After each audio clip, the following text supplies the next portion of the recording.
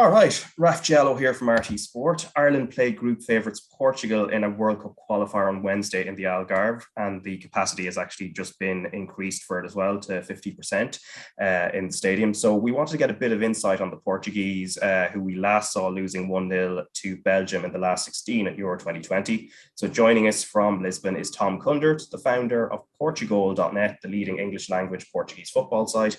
He's also the author of books including A Journey Through Portuguese Football and The 13th Chapter, and has been based in Portugal since 1994, which makes him a bit of a lucky charm for the country because that has kind of coincided with winning their first European Championship and also the Golden Generation and the subsequent Silver Generation. So Tom, thanks a mil for taking the time to chat to me. Ahead of this qualifier against Ireland, what's the mood music like, especially after a somewhat disappointing European Championship? Yeah, well, hi Raf, thanks for having me on.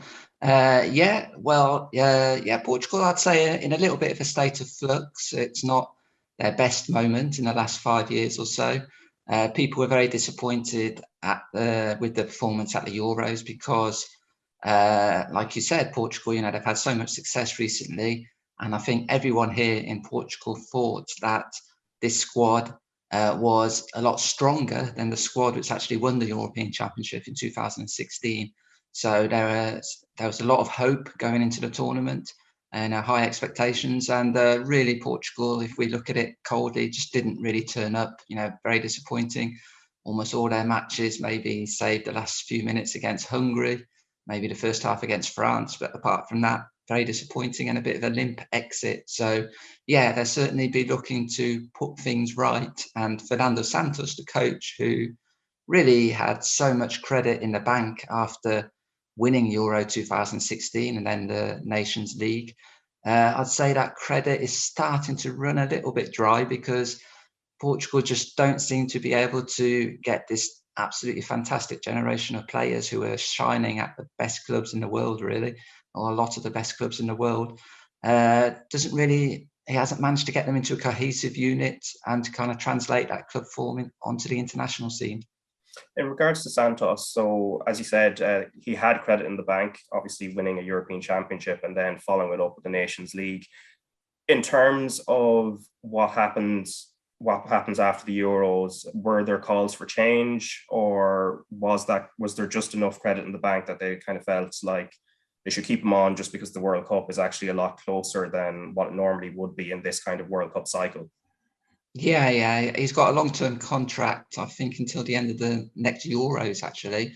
So it was quite unlikely that he'd be sacked. I think Portugal would have had to have an absolute disaster. European Championship was disappointment, but perhaps not a complete disaster. But there's no doubt about it. The calls for his, for him to be replaced are getting louder and louder. I think people are, they're just not so enamored with him as they were because basically he's a very conservative coach. We saw that throughout his club career. We saw it when he was Greece manager, and people kind of think, okay, that suited Portugal in 2016 when they had a bit of a dip in terms of perhaps the players available to them. But right now, when you've got players like Bruno Fernandes, Bernardo Silva, Diogo Jota, Joao Felix, these are all players at the very top clubs in Europe thriving, not to mention Cristiano Ronaldo.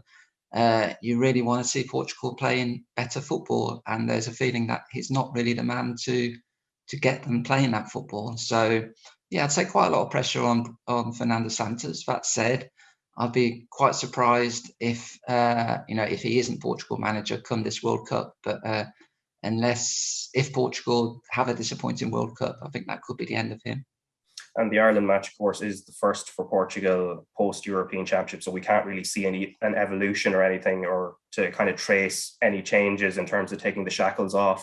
But has Fernando Santos maybe indicated in comments since that maybe he's considering doing that? Not really. No, he's very steadfast in his assessment of even the Euros. Yesterday in the press conference when he announced the squad, he was saying, there are positives that came out of this Euro and we have to build on those and then just rectify what went wrong, which didn't really, again, go down too well because most people couldn't really see too many positives from that Euro. But that said, he has actually proved to be quite adaptable, certainly in the players that he selects. He tends to be, tends to pick players on merit and on form, and there's quite a few changes from the Euro squad. And so, the feeling is, hopefully that will have an effect on Portugal in terms of the system. People have been calling for so long for Portugal to change the system to three at the back, which is kind of, I suppose you could say the system in fashion at the moment in Portugal. Also, the champions, Sporting last season, they played three at the back. It was a very effective system, and worked very well. And they've actually got 4 players now in this squad, Sporting, and so people were saying, that could actually, be quite easy to implement. And the Portuguese players, wing backs, players like João Cancelo and Rafael Guerreiro at Dortmund, and even the Sporting left back Nuno Mendes. These are players who kind of are perfectly suited to a system like that, which would presumably get more out of Portugal's, attacking players. But he hasn't really shown any indication to that. And I think halfway through a qualifying campaign, quite a tough match I think people are expecting against Ireland. I'll be very surprised if he errs from his normal 4-4-2 system. You mentioned some changes in the squad.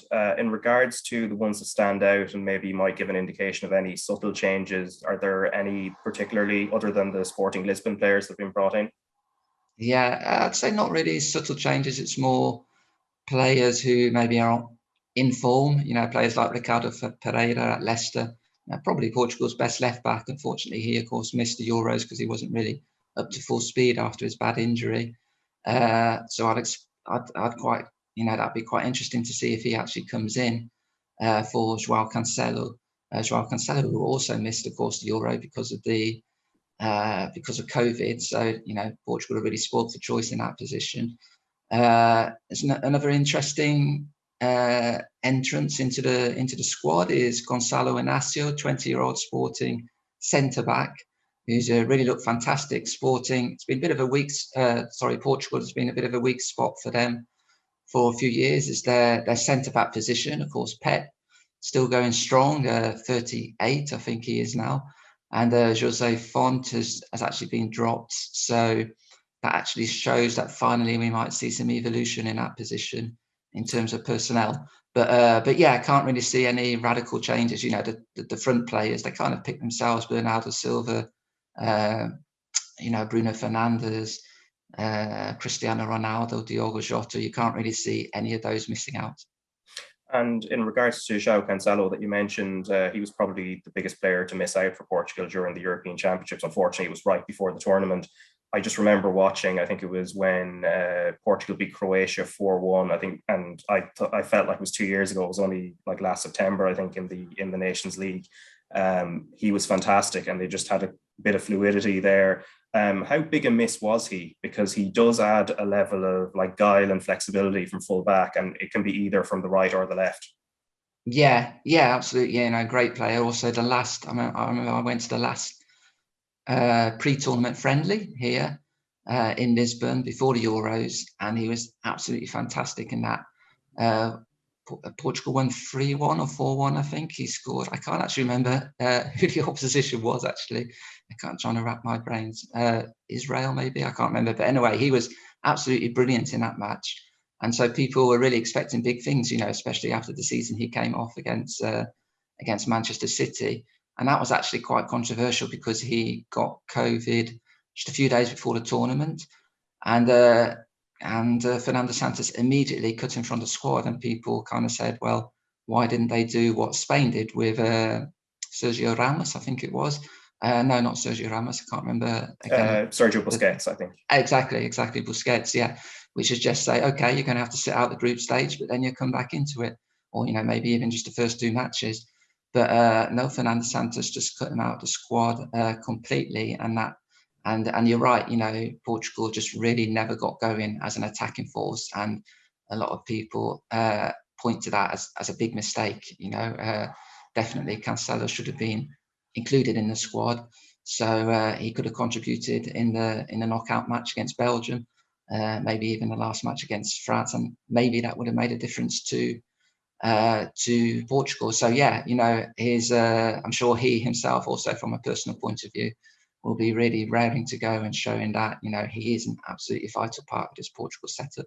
And a vital part of the Portugal setup for a number of years now, and well over a decade, Cristiano Ronaldo, who we've significantly not mentioned yet. And he's obviously in the news at the moment because of potential transfer move. That's unlikely to be a distraction, given we know what he's like and how mentally focused he is. But in regards to his position with the national team at 36, obviously he was a joint top scorer at the European Championships, so he still has plenty in the tank. But in terms of his role tactically, and whether without him Portugal can be a bit more fluid, as I mentioned, that Croatia game where he was absent with a minor injury, and they played in a way where there was a lot more interchanging up front. I wonder, are there even any controversial calls within Portugal for maybe a little shift in mentality there, maybe Ronaldo not starting every single game, as ludicrous as that sounds? Yeah, no, it's a good question, and it's a question which is being asked in Portugal. You point to the Croatia game. There was also a phase just after the 2018 World Cup when he actually sat out for about 6 months, I think, of matches at the beginning of the Nations League, that first Nations League tournament. And again, Portugal seemed to play a lot more fluidly and cohesively in that time. But that said, he's the greatest Portuguese football player of all time. And like you said, he's top scorer at the Euros and top scorer also in Italy last season. So you can't really say he's finished, can you? No. So yeah, it's a really interesting question, Ronaldo. I think seeing these next few years, it's going to be very interesting to see how he is managed by Portugal, how he himself kind of manages, because I think, to be perfectly honest, I think to a large extent he calls the shots, and you could say he kind of has earned the right to do that. He's just absolutely incredible, smashed all the records there going for Portugal in terms of appearances, in terms of goals. Of course, is about to become the all-time top goal scorer in international football. So, but of course, you're right. You've got these two situations where, first of all, Portugal tend to play a bit more fluidly without him, and also Portugal have got such an abundance of talent. It's not as if they're taking him out of the team. You're going to put in any old player. You're going to put in a top class player in his place, and so it's going to be very interesting. I think perhaps not right now. I definitely expect Ronaldo to start and probably right up into the World Cup and during the World Cup, but there will come a time when he's not an automatic starter, and it'd be interesting to see how that is managed, because he absolutely loves playing for Portugal. And he, like I say, like everyone knows, his record is phenomenal for Portugal. And it seems, for example, it may be an idea to keep him in the squad and to start him on the bench and then just bring him on for the last 30 minutes or so against tiring defenders. I think he can still be very, very effective. We all know his obsessive training regime to make sure he's in tip-top shape, even at the age he is now. So that could be a way going forward. Yeah, but for this Ireland match and for the foreseeable future, yeah, I think there's no way Ronaldo isn't starting.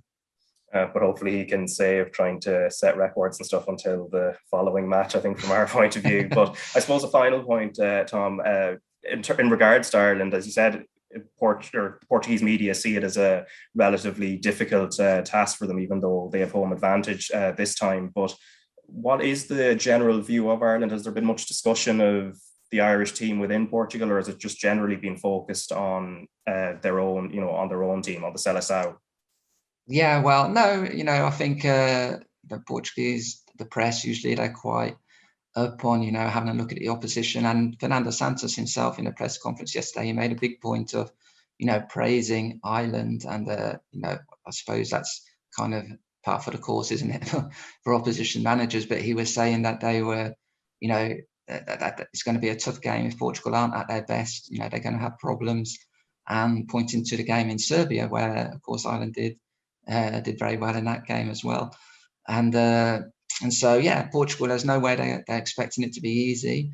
they will have to be at their best, and I think it's going to be an interesting match because this group, I think, Ireland now, they really need to perhaps get a surprise result, don't they, against Portugal or Serbia in one of their matches to be in the running, and so they're going to be going for it 100%. So yeah, there's no doubt about it. Portugal do respect Ireland.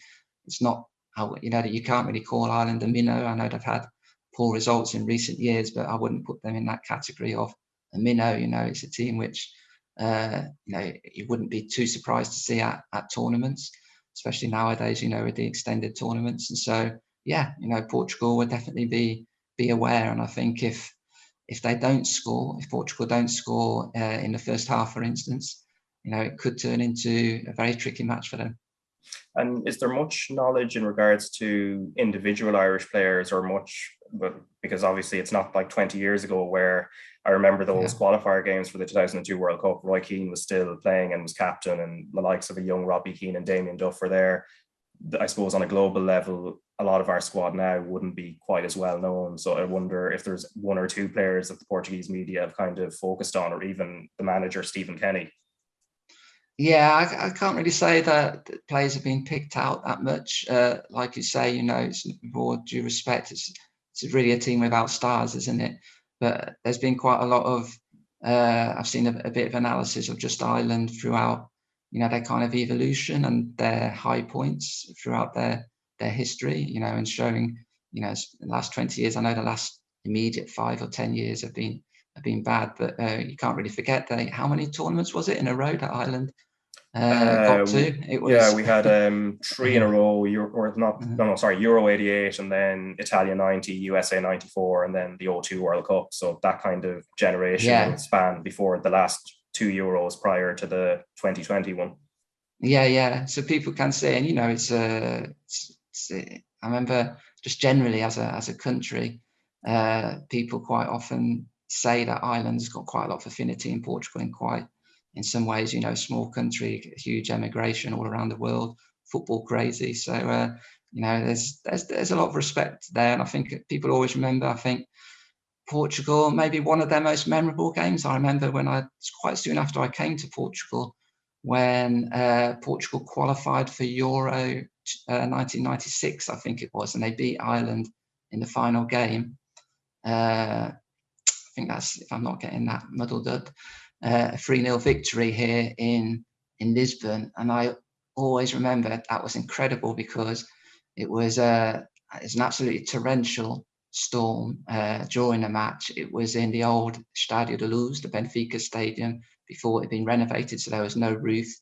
The fans got absolutely soaked, and they were, I think it must have been about 5 or 10,000 Irish fans, absolutely amazing support. And I remember all the news reports at the next day, they were first of all talking about, of course, Portugal celebrating qualification, and then talking about these incredible Irish fans. And there was loads of interviews, and of course a lot of the Irish fans had gone down to the bars the night before, but not a hint of trouble. So I think it's a team which has got a lot of friends and people have got time for in Portugal, and it would be nice to see them prosper again in international football, but hopefully not starting this this next match.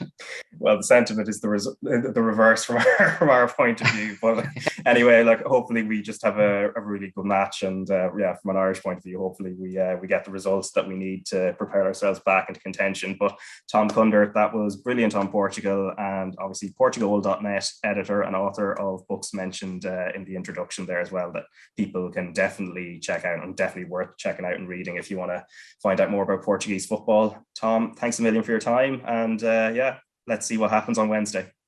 Okay, thanks.